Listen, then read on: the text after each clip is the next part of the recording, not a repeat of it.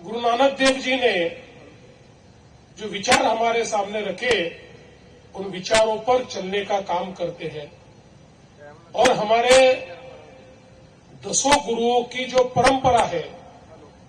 ये परंपरा इतनी महान है, ये परंपरा इतनी एक प्रकार से शहादत की परंपरा है, त्याग की परंपरा है। मैं ऐसा मानता हूं कि आज हम सब लोग यहां पर चैन से बैठे हैं, क्योंकि जिस समय हम पर आक्रमण हो रहा था, उस समय हमारे गुरुओं ने न केवल हमको विचार दिया, बल्कि लड़ने की हिम्मत भी दी, ताकत भी दी, और स्वयं हमको लड़कर उस समय बचाने का काम भी किया। हम लोग 9वीं पातशाही गुरु तेग बहादुर सिंह जी का शहादत का 350वां वर्ष यहां पर रख रहे हैं, और हम सब लोग जानते हैं कि उनको हिंद की चादर कहा जाता था, और आज भी कहा जाता है, क्योंकि उन्होंने जिस समय कश्मीर के पंडित उनके पास गए और कहा किस प्रकार के जुल्म औरंगजेब के राज में हम पर हो रहे हैं, अब इन जुल्मों से हमें कोई बचा सकता है तो गुरुजी आप ही बचा सकते हो। तो गुरुजी ने तुरंत उनको बचाने का बीड़ा हाथ में लिया, और जिस प्रकार से उनके लिए लड़ाई लड़ी, गुरुजी को औरंगजेब की फौज ने कैद किया। और हम सब लोग जानते हैं कि जिस समय दिल्ली में उनको लाया गया, तो उनके सामने ये शर्त रखी गई कि या तो मरने के लिए तैयार हो जाओ, या धर्म बदल लो और इस्लाम का स्वीकार करो। उस समय इतने अत्याचार गुरुजी पर वहां पर हुए, बर्बरता के साथ उनके सामने टुकड़े टुकड़े करके मार दिया गया, लेकिन वो नहीं माने, और अंत में हमारे देश के लिए, हमारे धर्म के लिए, हमारे विचार के लिए और हमारी संस्कृति के लिए गुरुजी ने अपना सिर दे दिया। उनका सिर कट गया, लेकिन उन्होंने हार नहीं मानी। और मैं ऐसा मानता हूं कि उनके इस बलिदान के बाद जिस प्रकार से एक तेज पुंज इस प्रकार का समाज तैयार हुआ, निश्चित रूप से मैं ऐसा मानता हूं कि उसके बाद हमारे गुरु गोविंद सिंह जी ने भी उसी चीज को आगे बढ़ाया, और विशेष रूप से जो बलिदान गुरु गोविंद सिंह जी के परिवार ने, उनके बेटों ने, साहबजादों ने दीवारों में चुनवा दिया गया,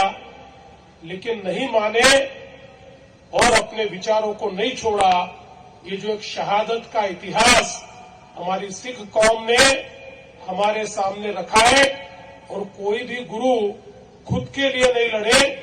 तो समाज के लिए, देश के लिए लड़े। ये जो एक आदर्श हमारे सामने हमारे गुरुओं ने रखा है, इस आदर्श को आने वाली पीढ़ियों तक पहुंचाने का काम हम सबको मिलकर करना है। इसीलिए गुरु तेग बहादुर जी की ये जो 350वीं शहादत की ये जो पर्व है, और उसके बाद हमारे गुरु गोविंद सिंह जी का भी वो गद्दी पर बैठे, वो गुरुपूरब का जो सारा पर्व है, इसको हमने तय किया है कि महाराष्ट्र की सरकार भी इसमें आपके साथ शामिल होंगी, और सरकार की ओर से हम कार्यक्रम आयोजित करेंगे, और हमारे गुरुओं की ये जो गाथा है, ये जो उनका शौर्य है, ये जो उनका समर्पण है, ये जो उनका त्याग है, और ये जो उनका बलिदान है, वो जन जन तक पहुंचाने का काम महाराष्ट्र की सरकार भी करेगी, ये भी हमने तय किया है।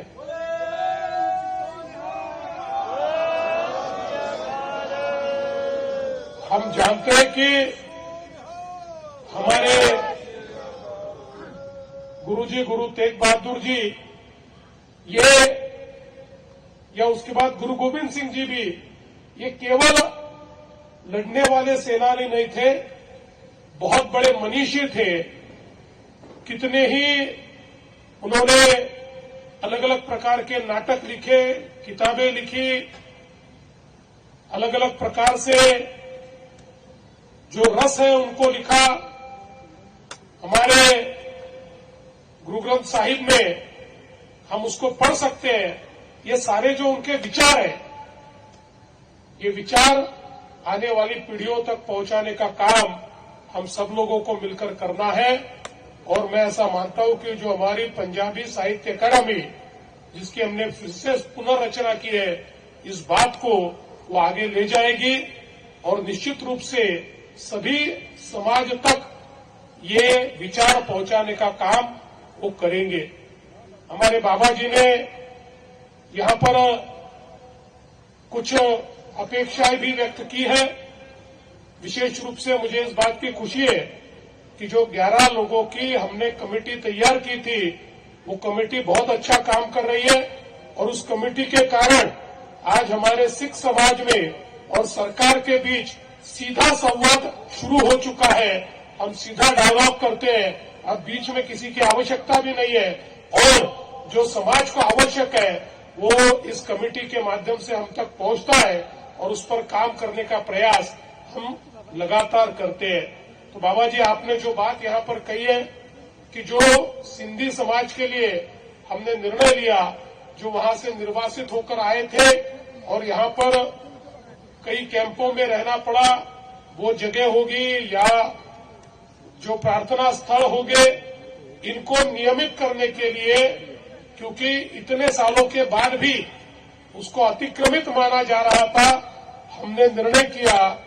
कि उनके लिए हम लोग फ्री होल्ड में वो जगह उनको देंगे और इसका निर्णय करके हमने उसकी शुरुआत भी की। मैं आपको आज ही यहां पर वचन देता हूं, ये निर्णय हमारे सिख समाज को भी लागू होगा, हमारे पंजाबी समाज को भी लागू होगा और जो इस प्रकार से प्रताड़ित हुए हैं उन सबको ये निर्णय लागू करके, चाहे उनके रहने के स्थान हो, चाहे प्रार्थना के स्थान हो, इन सभी स्थानों को ये निर्णय लागू करने की दृष्टि से हमारा जो रेवेन्यू विभाग है, उस विभाग को हम निश्चित रूप से बोलेंगे।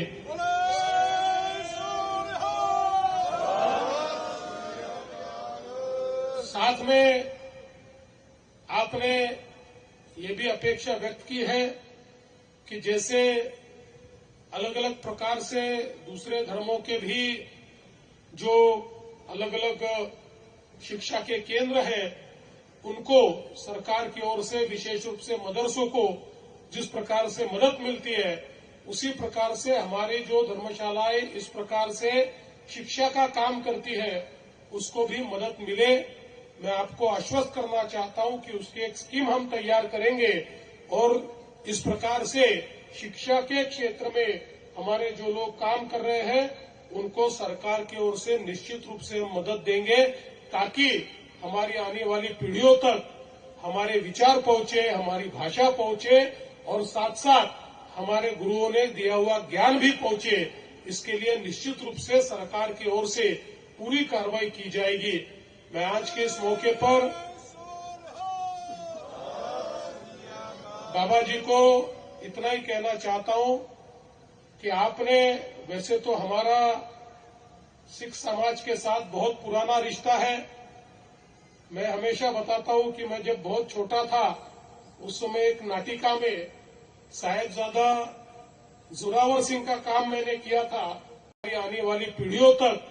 हमारे विचार पहुंचे, हमारी भाषा पहुंचे और साथ साथ हमारे गुरुओं ने दिया हुआ ज्ञान भी पहुंचे। इसके लिए निश्चित रूप से सरकार की ओर से पूरी कार्रवाई की जाएगी। मैं आज के इस मौके पर बाबा जी को इतना ही कहना चाहता हूं कि आपने, वैसे तो हमारा सिख समाज के साथ बहुत पुराना रिश्ता है। मैं हमेशा बताता हूं कि मैं जब बहुत छोटा था उस समय एक नाटिका में साहिबजादा जोरावर सिंह का काम मैंने किया था और मेरे भाई ने साहिबजादा फतेह सिंह का काम किया था। और उस समय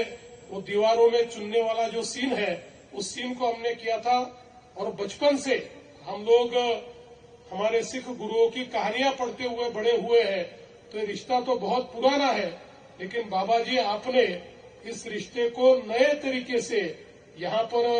जो प्रस्तापित किया है, इसलिए मैं आपका बहुत बहुत आभार व्यक्त करता हूं। और ये रिश्ता अब ऐसा ही आगे बढ़ेगा। और साथ साथ आपने केवल यहां तक इसको सीमित नहीं रखा, तो हमारे सिख गुरुओं के इतिहास में जो नानकपंथी अलग अलग लोग हैं, जिनका लखीशाह बंजारा होंगे, हमारे लबाना समाज के लोग होंगे, इन सबको एकत्रित लाकर और एक बड़ा जो